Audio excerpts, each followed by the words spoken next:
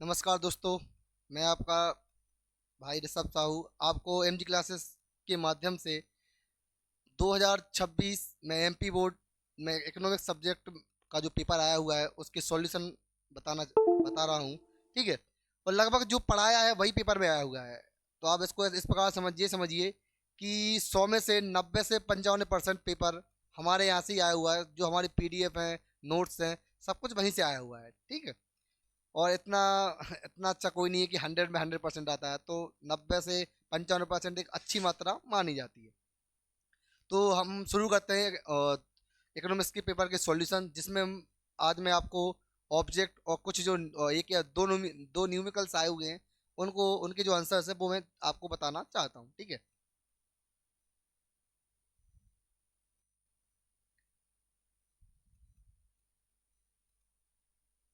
सबसे पहले हम देखेंगे ऑब्जेक्ट। जैसा कि आप सब जानते हैं कि 80 नंबर के पेपर में 32 नंबर होते हैं, वो ऑब्जेक्ट होते हैं। ऑब्जेक्ट में भी आपकी अलग अलग कैटेगरी देखने को मिलती हैं, जिसमें से आपका सबसे पहले 6 ऑब्जेक्ट, फिर कुछ खालिस्तान, कुछ सही जोड़ियाँ, को कुछ सही गलत, और लास्ट में आपके आते हैं एक शब्द या एक वाक्य में उत्तर। इस बार सारे जो पांचवा क्वेश्चन आया वो एक वाक्य में ही उत्तर आए हैं। ठीक है। तो यहाँ पर हम देखते हैं, आप सबसे पहले ऑब्जेक्ट ही देख लेते हैं क्या क्या ऑब्जेक्ट देखने को मिले हैं। तो सबसे पहला ऑब्जेक्ट है आपका, प्रत्येक अर्थव्यवस्था में संसाधनों के वैकल्पिक उपयोग हेतु चयन की समस्या का मुख्य कारण क्या है। इसका जो आंसर होने वाला है वो आंसर होगा आपका इसका बी। सेकंड है आपका, उच्च अनादिमान वक्र उपयोगिता के निम्नलिखित स्तर को दर्शाता है। किस स्तर को दर्शाता है भाई? उच्च स्तर को दर्शाता है। थर्ड वन है, किसी दूसरे सर्वश्रेष्ठ कार्य से प्राप्त त्यागा गया लाभ होता है। जो लाभ होता है और उसको बोलते हैं हम क्या यहाँ पर, अवसर लागत। अवसर लागत में क्या होता है, व्यक्ति किसी चीज को पाने के लिए उसे किसी चीज को छोड़ना पड़ता है। फोर्थ है आपका, किसी अर्थव्यवस्था में निर्गतों एवं रोजगार के स्तरों में निरंतर गिरावट की स्थिति कहलाती है। इस स्थिति को बोलते हैं हम महामंदी। ये टॉपिक आपकी समष्टि बुक के पहले चैप्टर का लास्ट टॉपिक है, विश्व की 1929 की महामंदी, जिसके अंतर्गत हम यूएस और यूरोप में होने वाले महामंदी बेरोजगारी के कारण को पढ़ने वाले हैं। इससे पूरा विश्व ही क्या था, 1929 में परेशान हुआ था। फिफ्थ वाले पे आते हैं, समव्यवहार के लिए सबसे सरल और आसान मुद्रा की माप। इसका आंसर होने वाला है आपका M1। सिक्स पे आते हैं आपका, भारत में वस्तु एवं सेवा कर निम्नलिखित में किस वर्ष लागू हुआ। ये लागू हुआ था आपका 2017 में। ये आपका इंग्लिश वाला पोर्शन है। ठीक है। इसको देखते हैं। जो आपका अगला टॉपिक था ऑब्जेक्ट में वो है आपका खालिस्तान। खालिस्तान को बड़े अच्छे समझेंगे अपन।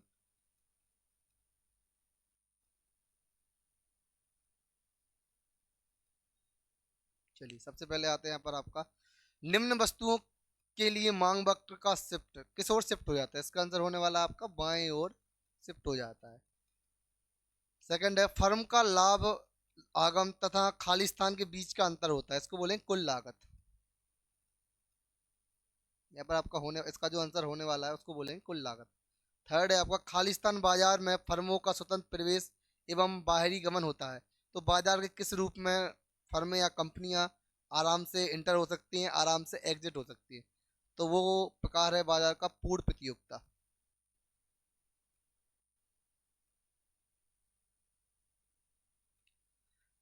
फोर्थ वाले पे आते हैं हम। फोर्थ वाले का है, स्टॉक की संकल्पना एक निश्चित खालिस्तान पर माप की जाती है। ठीक है।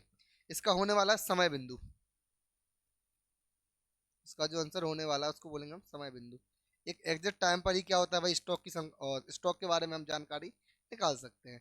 फिफ्थ वाला है, अत्यधिक मांग की स्थिति में अत्यधिक मांग की स्थिति में या स्थिति से दीर्घकाल में कीमतों में खालिस्तान होती है। खालिस्तान क्या होता है वो बनना है हमें। यहाँ पर होती है वृद्धि आपकी। यहाँ पर होने वाली है आपकी वृद्धि। सिक्स्थ वाले पे चलते हैं, सरकारी कार्यवाही द्वारा घरेलू मुद्रा को सस्ता करने की प्रक्रिया कहलाती है। उस प्रक्रिया को क्या बोलने वाले, उसको बोलेंगे अवमूल्यन। उसको हम बोलने वाले हैं अवमूल्यन। ये आपके यहाँ पर खालिस्तान हो चुके हैं। अब चलते हैं जो अगला इसमें ऑब्जेक्ट में अगला जो टॉपिक है वो है आपका सही गलत। इनका देखा तो इस साल पेपर में 6 सही गलत भी आपके आए हुए हैं। ठीक है। इनको देख लेते हैं। सबसे पहला आपका है गणनावाचक उपयोगिता दृष्टिकोण के आधार पर उपयोगिता को संख्याओं में व्यक्त किया जा सकता है। सत्य के सत्य, इसका आपका सत्य होने वाला है। सेकंड है औसत स्थिर लागत वक्र एक आयताकार अति प्रबलय है, ये भी आपका सत्य होगा। थर्ड है एक पूर्ण प्रतिस्पर्धी बाजार में फर्म कीमत निर्धारक होती है, यानी पूर्ण प्रतियोगिता बाजार में जो कंपनी है वो डिसाइड करती है रेट क्या होगा। सत्य के सत्य, इसका आंसर आपका होने वाला है असत्य।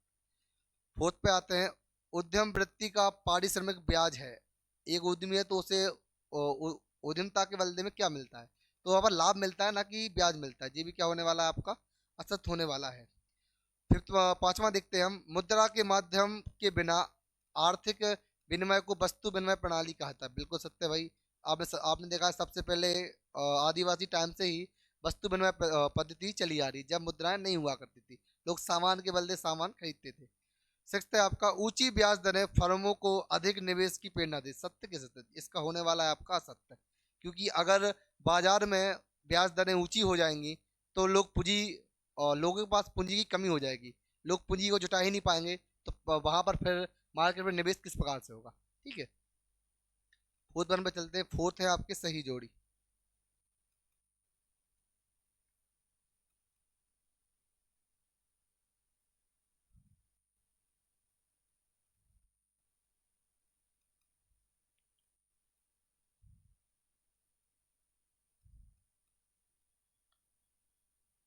फोर्थ क्वेश्चन है आपका सही जोड़ी का है, देखते हैं मिलाते हैं ना। पहला है आपका चाय और कॉफी, तो चाय और जो कॉफी होती है वो होती है आपकी स्थापन वस्तुएं। अगला है पंखा और बिजली, पंखा और जो बिजली होते हैं ये आपके होते हैं भाई क्या भाई पूरक वस्तुएं होती हैं, तो ये रहा नीचे आपका पूरक वस्तुएं। तीसरा है कारकों में परिवर्तन, कारकों में परिवर्तन कब होता है, ये होता है आपका अल्पकाल में। अगला आता है कुल संप्राप्ति, कुल संप्राप्ति होती है कुल निर्गत का जब बाजार से मल्टीप्लाई करते हैं तो क्या प्राप्त होती है हमें, कुल संप्राप्ति या टोटल रेवेन्यू प्राप्त होता है। अगला है निमल अप्रत्यक्ष कर, तो निमल अप्रत्यक्ष का जोड़ा होगा वो होगा जब हम अप्रत्यक्ष कर में से उपमान घटा देते हैं, जो आपका अप्रत्यक्ष कर है उसमें से उपमान घटा देते हैं तो हमें क्या मिल जाता है, निमल अप्रत्यक्ष कर की प्राप्ति होती है। सिक्स्थ है आपका सीमांत उपभोग प्रवृत्ति का मान, सीमांत तो उपभोग प्रवृत्ति का मान होता है वो 0 से 1 के बीच में होता है। मैंने आपको पढ़ाया भी है M P C plus M P S, इसकी जो वैल्यू होती है वो क्या होती है, 1 होती है। तो इसकी और इन दोनों का टोटल एक के बराबर होता है, इसकी जो वैल्यू आती है वो 0 से 1 के बीच में वैल्यू आती है। सातवां है एक मुद्रा की दूसरे मुद्रा में कीमत, जब एक मुद्रा की दूसरे मुद्रा में कीमत की इसको बोलते हैं विदेशी विनिमय दर। जैसा कि अभी आप सब जानते हैं $1 90 के बराबर है, तो इसको हम क्या बोलेंगे, विदेशी विनिमय दर। यानी कि अलग किसी देश की मुद्रा को जब दूसरी देश की मुद्रा में कन्वर्ट किया जाता है तो वो विदेशी विनिमय दर के आधार पर ही उसको हम कन्वर्ट करते हैं। ठीक है, चलिए आगे चलते हैं। आपका जो ऑब्जेक्ट में लास्ट पोर्शन है वो होता है आपका एक शब्द या एक वाक्य में उत्तर। देखिए, तो आप इससे पहले आपका एक शब्द में उत्तर आता था, लेकिन अब यहाँ से क्या एक वाक्य में उत्तर आ गए हैं, तो यानी कि हमें इनको अब क्या है कि एक लाइन है, एक सेंटेंस में इनके आंसर देने होते हैं। ठीक है, अगर इनको लिखूंगा तो लिखने में तो काफ़ी स्पेस यहाँ पर वो हो जाएगा, तो नॉर्मली क्या है मैं आपको ऐसे ही बता देता हूँ बोल के। ठीक है, आप लोग उसको कापी पे मार्क या मैच कर लीजिएगा। सबसे पहला है आपका सीमांत प्रतिस्थापन दर का सूत्र लिखना है, इसको हम लिख सकते हैं भाई MRS/XY, इसका होगा डेल्टा वाई बटे डेल्टा एक्स। ठीक है, अगला है आपका दीर्घकालीन लागतें क्या होती है, यानी हमें बताना दीर्घकालीन लागतें क्या होती हैं।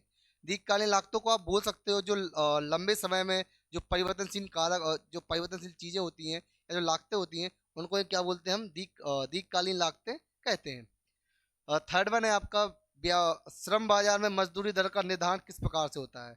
जब भी किसी बाजार में मजदूरी दर का निर्धारण करना है तो हम उसे किस प्रकार से करेंगे, तो उसके लिए नॉर्मली क्या होता है आपका श्रम, यहाँ पर श्रम मांग बराबर होती है श्रम पूर्ति की।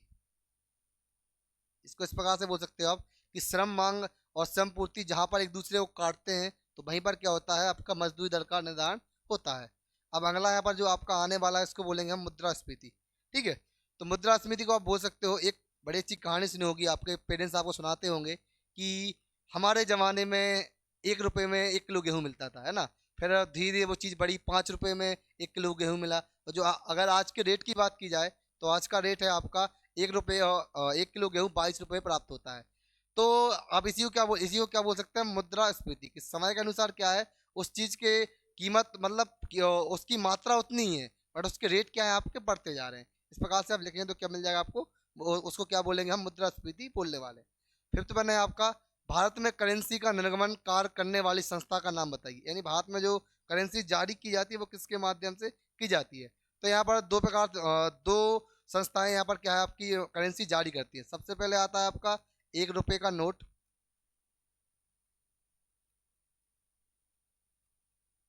है ना, और सिक्के। अगर इस वाले पोर्शन को देखें तो ये भारत सरकार द्वारा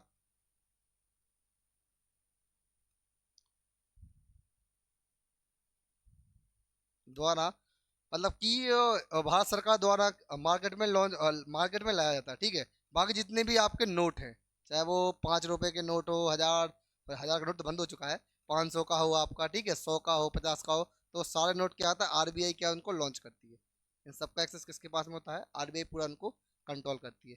अगला आने वाला है आपका सीमांत बचत प्रवृत्ति। अगला क्या आने वाला है आपका, सीमांत बचत प्रवृत्ति, है ना, इसको बोल सकते हो एमपीएस।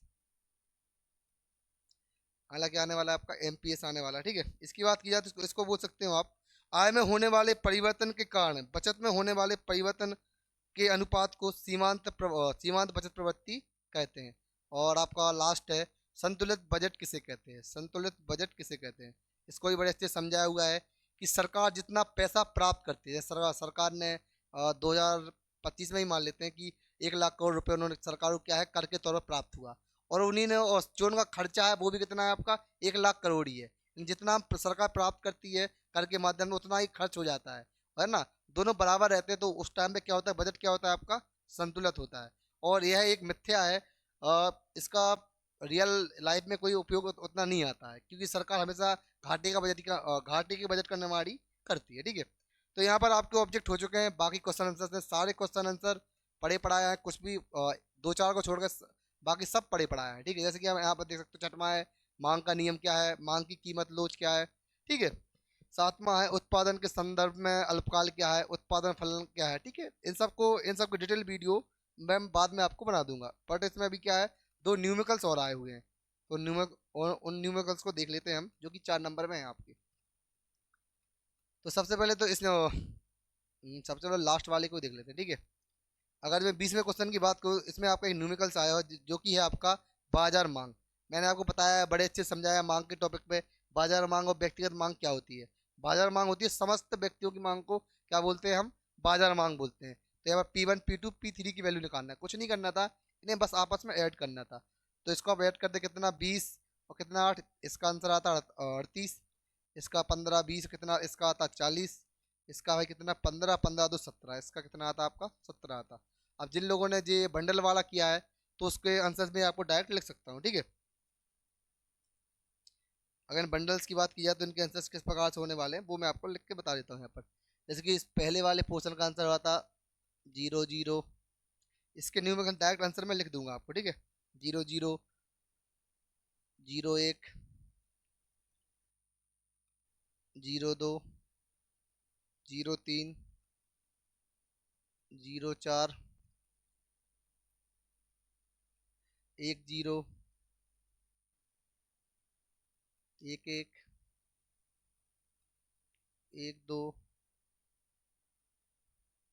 13, 20, जिसने जिस और इतने सारे आंसर्स के निकलने वाले थे।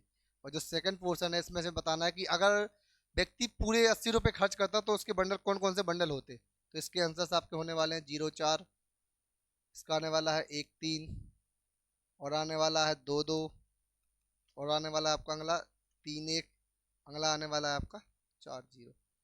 और साथ में इसमें कुछ छूट गए हैं, इसको भी लिख देता हूँ, और बचे हुए इसके 21,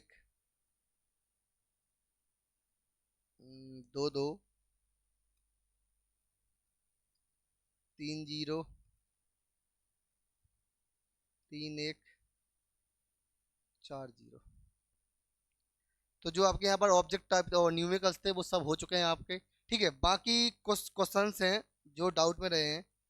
इस बार जो थोड़ा 4 नंबर क्वेश्चन है वो थोड़ा लेवल उनका एक्चुअली लेवल हाई नहीं आया है, क्वेश्चंस वही टॉपिक से आए हैं बट थोड़ा डीपली पूछ लिए गए हैं, ठीक है। तो इनकी एक अगर आप कमेंट करेंगे तो बिल्कुल, अगर आप चाहते हैं इनकी डिटेल वीडियो चाहिए आपको, तो इन सारे सॉल्यूशन की डिटेल वीडियो बहुत जल्द आपके हमारे यूट्यूब चैनल पर MG क्लासेस पृथ्वी पर आपकी अपडेट कर दी जाएगी। ठीक है, तो यहाँ पर आपके ऑब्जेक्ट हो चुके हैं। और ऐसे ही MG क्लासेस के माध्यम से आपके जितने भी एग्ज़ाम आपके होने वाले हैं, चाहे वो हिस्ट्री का हो, ज्योग्राफी का हो, पॉलिटिकल साइंस का हो, सबके सॉल्यूशंस कोशिश रहेगी कि एग्ज़ाम के बाद 2-3 घंटे में उसको अपलोड कर दिया जाए। ठीक है, बाकी आज के लिए इतना ही। Thank you so much.